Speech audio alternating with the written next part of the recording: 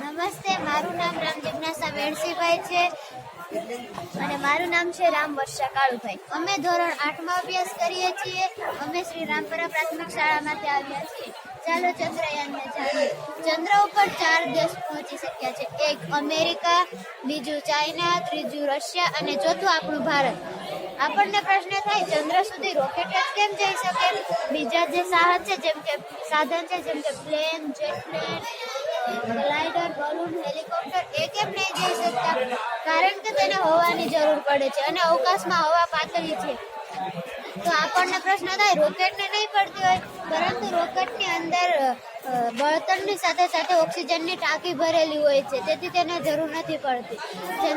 અમેરિકાએ 3 વખત પ્રયત્ન કર્યા પછી તે ચંદ્ર સુધી પહોંચી શકે. ચાઇના અને રશિયાએ પણ એ જ કર્યું, પણ આપણું ભારત એ તો પહેલા જ પ્રયત્નમાં ચંદ્ર સુધી પહોંચી ગયું. ચંદ્રયાન 1 2009માં ગયું હતું, ચંદ્રયાન 2 2019માં ગયું હતું અને ચંદ્રયાન 3 2023માં ગયું. ચંદ્રયાન 1 જ્યારે ગયું હતું તે ચંદ્રના ઉત્તર ધ્રુવ ભાગમાં ગયું હતું અને તે લેન્ડ નહોતું થયું, પણ ખાલી પાર્સલ ઉતારવા જ ગયું હતું.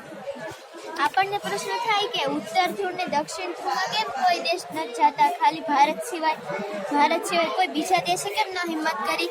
કારણ કે ઉત્તર ધ્રુવ અને દક્ષિણ ધ્રુવમાં સૂર્યપ્રકાશના કિરણો ત્રાસા પડવાથી રોવરની કે ગમે એની બેટરી ચાર્જ ન થાય, એટલા માટે કોઈ દેશે હિંમત ન કરી.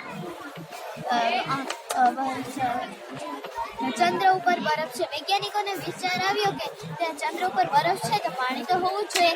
એ ચકાસવા માટે ચંદ્રયાન 2 મોકલ્યું, પરંતુ તે ચંદ્રથી ખાલી 1 જ કિલોમીટર ઉપર હતું. અમુક ક્ષણ માટે નેટવર્ક વયા ગયાથી તે ક્રેશ થઈ ગયું. આ જોઈ વૈજ્ઞાનિકો ખૂબ જ દુઃખી થયા, પરંતુ એણે ફરી એક વખત નિર્ણય લીધો કે આપણે ફરી એક વખત રોકેટ મોકલીશું અને 2023માં ચંદ્રયાન 3 મોકલ્યું. આપણે જોઈએ છીએ કે રોકેટની આજુબાજુ નાના રોકેટો હોય છે, તેને બુસ્ટર રોકેટ કહેવામાં આવે છે. આપણને પ્રશ્ન થાય, બુસ્ટર રોકેટ શા માટે લગાવવામાં આવતા છે? તેનાથી જ રોકેટને ઊંચે ઉડાડવામાં આવે છે. તો આપણે ઉદાહરણ તરીકે જોઈએ કે એક ઊંચો ઢોરો હોય અને તે આપણે એક ભારી રિક્ષા ચડાવવી હોય તો આપણે શું કરીએ? માણસોની મદદથી ધક્કો મારી અને ચડાવીએ. એમ જ આ બુસ્ટર રોકેટનું કામ છે. તે રોકેટને ધક્કો મારે અને પછી પોતાની રીતે જ સમુદ્રમાં પડી જાય, ઊંચે પહોંચાડીને. બધા બુસ્ટર રોકેટના બળતણ પૂરા થઈ જાય પછી બધા બુસ્ટર રોકેટ સમુદ્રમાં પડી જાય. પછી રોકેટમાં પણ 2 ભાગ હોય છે. તેમાં પ્રવાહી બળતણ ભરવામાં આવે છે અને આ બુસ્ટર રોકેટમાં ઘન બળતણ ભરવામાં આવે છે. ત્યાં 3 ભાગના બળતણ પૂરા થાય ત્યાં સુધીમાં તો રોકેટ અવકાશમાં પહોંચી ગયું, પરંતુ તે પૃથ્વીના ગુરુત્વાકર્ષણ બળથી બહાર ન નીકળ્યું હોય. તેની સ્પીડ 11.2 કિલોમીટર પ્રતિ સેકન્ડ થાય પછી જ તે પહોંચી શકે. એટલા માટે તે પૃથ્વીની આવી રીતે પરિક્રમા કરે છે. પરંતુ આપણને પ્રશ્ન થાય કે તે આવી રીતે લંબગોળાકારમાં શું કામ ને કરે છે? વર્તુળાકારમાં પણ પરિક્રમા કરી જ શકે છે ને. આપણે જોઈએ જ છીએ કે પૃથ્વી સૂર્યની પરિક્રમા કરે છે વર્તુળાકાર. તેની સ્પીડ વધતી નથી કે ઘટતી નથી, પણ આપણે તો સ્પીડ વધારવી છે. દાખલા તરીકે આપણે કંઈ નાનું રાઉન્ડમાં દોડા કરીએ અને આપણી સ્પીડ વધે તો આપણે એના જ રાઉન્ડમાં રહીએ તો આપણે પડી જાય, પણ આપણે તો ઊભું રહેવું છે એટલા માટે આપણે લંબાવતા જ જાય. એવી જ રીતનું આ રોકેટનું કામ છે. તે 5 થી 6 રાઉન્ડ લગાડે છે. ત્યાં સુધીમાં તેની સ્પીડ 11.2 કિલોમીટર પ્રતિ સેકન્ડ થઈ ગયું. પછી તે પૃથ્વીના ગુરુત્વાકર્ષણ બળથી પણ બહાર નીકળ્યું. પછી તે ચંદ્રની પરિક્રમા કરે છે. તે પણ આવી જ રીતે 5 થી 6 રાઉન્ડ લગાડે, પરંતુ તે સ્પીડ વધારવા માટે નહીં, ઘટાડવા માટે કરતું હોય છે.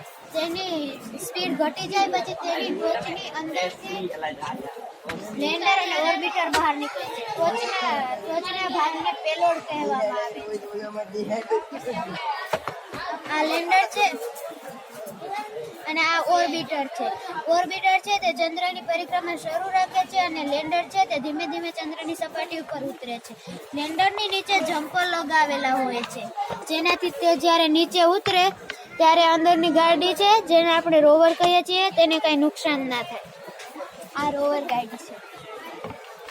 લેન્ડર કાંઈ નુકસાન થયા વગર તે રોવર ગાડીને સરસ રીતે લેન્ડિંગ થઈ જાય પછી તેની અંદરથી આ રોવર ગાડી નીકળે છે. પરંતુ તે પહેલી વખતમાં નીકળતી વખતે તૂટી ન જાય એટલા માટે વૈજ્ઞાનિકો અહીંયા ધીમે ધીમે ઉતરવાની ઘણી પ્રેક્ટિસ કરાવે છે. પછી ત્યાં ચંદ્ર ઉપર તે ધીમે ધીમે સરસ રીતે ચંદ્રની સપાટી પર ઉતરી જાય. પછી તે ચંદ્રની સપાટી પર આમ તેમ જાય અને ફોટા પાડે. પછી તે ફોટા છે તે લેન્ડરને મોકલે છે.